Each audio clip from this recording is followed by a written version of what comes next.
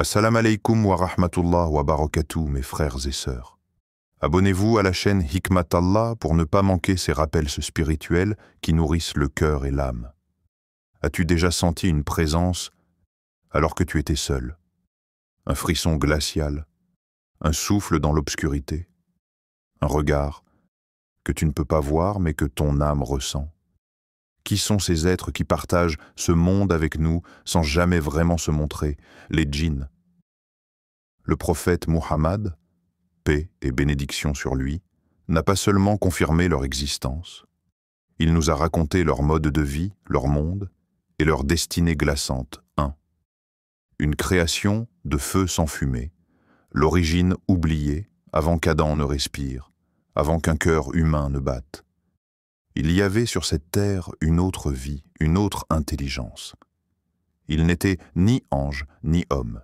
Ils étaient les djinns, invisibles à nos yeux, pourtant bien réels, créés d'un feu sans fumée, brûlant, vif, insaisissable. Un feu qui consume sans se voir. Un feu qui ne laisse pas de traces, mais qui peut ravager de l'intérieur. Ainsi que le rappelle le Coran. Et quant aux djinns, nous les avons créés auparavant du feu d'une chaleur ardente. Sourate Al-Hijr, verset 27. Ils parcouraient la terre, doués de volonté, de passion, de raison. Mais cette liberté, ils l'ont trahie. Ils ont semé la discorde, se sont entretués, ont oublié leur but. Allah, dans sa sagesse, envoya ses anges pour purifier la terre. Et c'est là, dans ce tumulte, dans ce feu, qu'émergea une âme différente, un djinn à part. Un adorateur fervent, pieux, si proche du divin qu'il fut élevé parmi les anges. Iblis. Mais derrière chaque élévation se cache parfois une chute plus profonde. As-tu déjà contemplé cela? Tomber après avoir goûté la proximité d'Allah, c'est cela, la tragédie d'Iblis. 2. Le pacte brisé. Iblis. L'arrogance originelle. Il fut élevé parmi les purs. Il connut les rangs des anges, non pas par origine, mais par mérite. Il priait lorsque les autres dormaient, jeûnait lorsque les autres s'affaiblissaient. Son nom était connu, son obéissance exemplaire, mais tout cela n'était qu'un vernis. Puis vint l'épreuve, non une guerre, ni un sacrifice, mais un acte d'humilité. Allah créa Adam, une nouvelle créature, façonnée d'argile. Et il ordonna, quand nous avons dit aux anges, prosternez-vous devant Adam, ils se prosternèrent, à l'exception d'Iblis qui refusa et s'enfla d'orgueil. Il était du nombre des infidèles. Sourate Al-Baqarah, verset 34. Il ne dit pas « je ne savais pas », il dit « je suis meilleur que lui ». Feu contre argile, l'orgueil contre l'humilité, et ce fut là sa chute. Iblis connaissait Allah, il le servait, mais il ne s'était jamais purifié du moi. Ce poison invisible qui habite même les cœurs des plus pieux. Combien d'entre nous refusent de s'incliner, non parce que la vérité est fausse, mais parce qu'elle ne vient pas de nous? Ce jour-là, il jura vengeance. Et les djinns rebelles répondirent à son appel. Ils formèrent des légions silencieuses, insaisissables, mais déterminé à égarer Troie. Le monde caché, une vie comme la nôtre, ou pire, le prophète, paix sur lui, nous a fait entrevoir l'invisible. Un monde qui existe parallèlement au nôtre, mais que nous ignorons. Un monde peuplé de créatures de feu, de lumière, d'ombre et de mystère. Un jour, il partit vers eux, non pour les affronter, mais pour les guider. Il leur parla, comme il nous parle. Il leur récita le Coran. Et lorsque nous te fîmes tourner vers un groupe de djinns pour qu'ils écoutent le Coran, sourate Al-Ahqaf, verset 29, ils écoutèrent, ils crurent. Certains se soumirent à Allah, d'autres rejetèrent. Comme parmi nous, il y a des djinns croyants et des djinns mécréants. Ils mangent, boivent, se marient. Ils ont des enfants, des vies, des familles. Et pourtant, ils vivent dans un monde invisible, une réalité parallèle à la nôtre. Ils voient ce que nous ne voyons pas. Ils entendent ce que nous n'entendons pas. Et certains, silencieux comme l'air, nous observent. As-tu déjà réfléchi que dans le secret de tes actions, rien n'est réellement caché? Car il y a toujours des yeux invisibles qui scrutent chaque mouvement, chaque pensée. Quatrième, les djinns mauvais, pacte, possession et manipulation.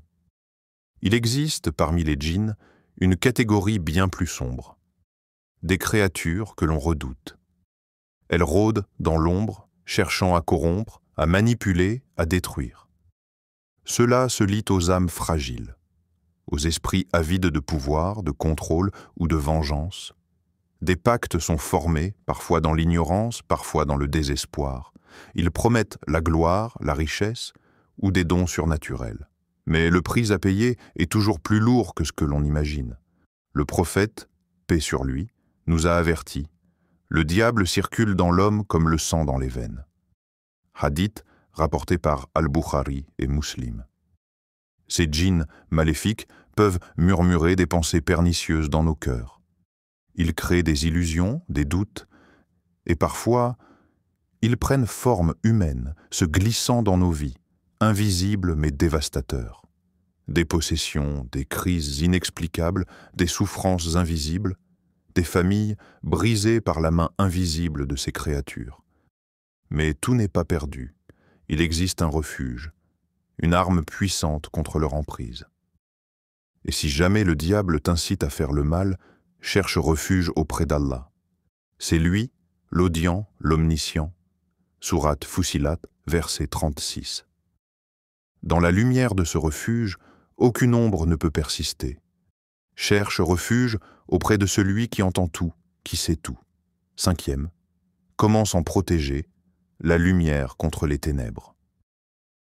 Face à l'obscurité, Allah nous a donné la lumière. Les armes spirituelles sont là à notre portée. Le prophète Muhammad, paix sur lui, nous a transmis des pratiques simples mais puissantes pour nous protéger des djinns et des mauvaises influences.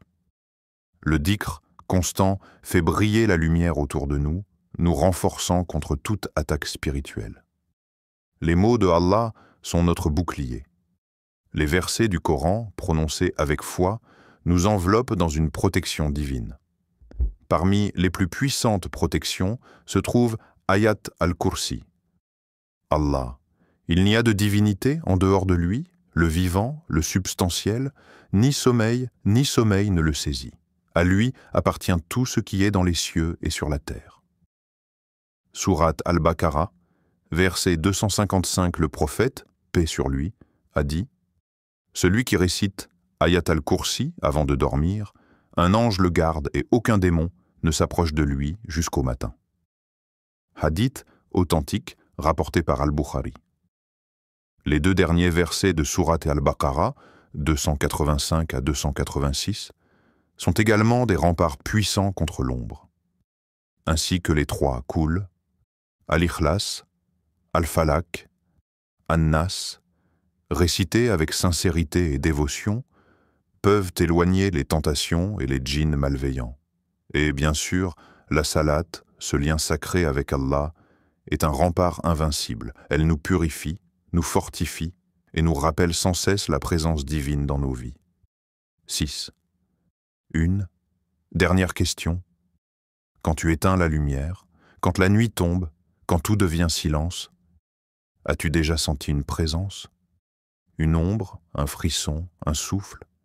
Quelque chose qui se glisse, imperceptible, mais pourtant palpable. Mais au-delà de la peur, le monde invisible est réel, et nous avons effectivement créé l'homme, et nous savons ce que son âme lui suggère, et nous sommes plus près de lui que sa veine jugulaire. Sourate Kaf, verset 16. Le monde des djinns existe, mais ne l'oublie jamais. Allah est plus proche de toi que n'importe quelle créature invisible. Accroche-toi à sa lumière, et aucune obscurité ne pourra t'atteindre. Abonne-toi à Hikmat Allah pour explorer chaque mystère avec la lumière du Coran et de la sagesse prophétique. Wa assalam alaykum wa rahmatullah wa barakatuh. Au-delà du mystère, au-delà des bruits qui effleurent de l'âme, il existe une question plus profonde, plus essentielle. Sais-tu ce qui effraie le plus les djinns mauvais? Ce n'est pas un cri, ce n'est pas un talisman, Ce n'est même pas une force physique, car ils sont puissants, invisibles, insaisissables. Ils peuvent nous perturber, nous effrayer, nous manipuler, mais ce qui les terrifie, ce qui les fait fuir, c'est un cœur connecté à Allah, un cœur qui fait du dhikr, un cœur qui récite le Coran, un cœur qui ne s'abandonne jamais à la peur, mais à la foi. Car ce cœur est un rempart plus fort que toute leur puissance. Il est protégé par la lumière divine et rien ne peut y pénétrer.